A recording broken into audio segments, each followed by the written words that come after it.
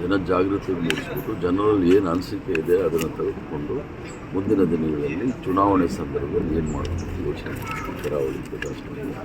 Sir, ಈಗ ಅಂದರೆ BJP ಅಥವಾ JDS ಆಗ್ಬೋದು, ಅವರ ಪ್ರಮುಖ ನಾಯಕರೇ ಬಂದು ಫೀಲ್ಡ್ಗೆ ಇಳಿತಿದ್ದಾರೆ. ನಮ್ಮ ಕಾಂಗ್ರೆಸ್ಸಲ್ಲಿ ಯಾಕೆ ಕಡೆ ಬರ್ತಿಲ್ಲ?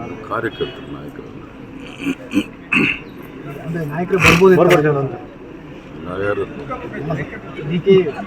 ಅಂದರೆ ನಿಮ್ಮ ಜೊತೆ ಸಿದ್ದರಾಮಯ್ಯ ಕೂಡ ಬರ್ತಾರೆ. ಅವರು ಅದರಲ್ಲಿ ಗೋಲ್ಮಾಲ್ ಆಗ್ತಾ ಇದೆ ಅನ್ನೋ ಆರೋಪ ಇದೆ. ತರಾತುರಿ ಪದೇ ಪದೇ ಹೇಳ್ತಾ ತಾವಿಗೆ ಮಾಡ್ತಾ ಬರ್ತಿದ್ದಾರೆ ಸರ್. ಇವ್ರ ಪಕ್ಷ ಯಾವುದಂತೆ ಭಾರತೀಯ ಜನತಾ ಪಾರ್ಟಿ ಮಹಾತ್ಮ ಗಾಂಧಿನ ಅವ್ರ ಪೂರ್ವಜರು ಮಹಾತ್ಮ ಗಾಂಧಿನ ಕೊಂದಿರ್ತಕ್ಕಂಥ ಪಾರ್ಟಿ. ದೇಶದಲ್ಲಿ ಮೊಟ್ಟ ಮೊದಲನೇ ಭಯೋತ್ಪಾದಕ ಹುಟ್ಟಾಕಿದ್ದೇ ಇವರ ಪೂರ್ವಜರು RSS ಅವರು ಮತ್ತು ಹಿಂದೂ ಮಹಾಸಭೆ. ಇವರು ನಮಗೆ ಹೇಳೋದು ಬೇಕಾಗಿಲ್ಲ, ಇವ್ರ ಸರ್ಟಿಫಿಕೇಟ್ ನಮಗೆ ಬೇಕಾಗಿಲ್ಲ. ಬ್ರಿಟಿಷರ್ ಏಜೆಂಟರು ನಮ್ಮನ್ನು ಭಯೋತ್ಪಾದಕ ಅನ್ನಲೇಬೇಕಲ್ಲ. ಸ್ಟ್ರಾಟಜಿ ಅಂದರೆ ಅದೇ, ಎಲ್ಲಿ ಚುನಾವಣೆ ಎದುರಿಸಲಿಕ್ಕಾಗೋದಿಲ್ಲ ಆವಾಗ ಕೋಮು ಗಲಭೆಗಳನ್ನ ಎಬ್ಬರಿಸ್ಬಿಟ್ಟು ಭಾವನಾತ್ಮಕ ವಿಚಾರಗಳನ್ನು ಮಾತಾಡ್ತಾರೆ. ಜನ ಅರ್ಥ ಮಾಡ್ಕೊಂಡಿದ್ದಾರೆ.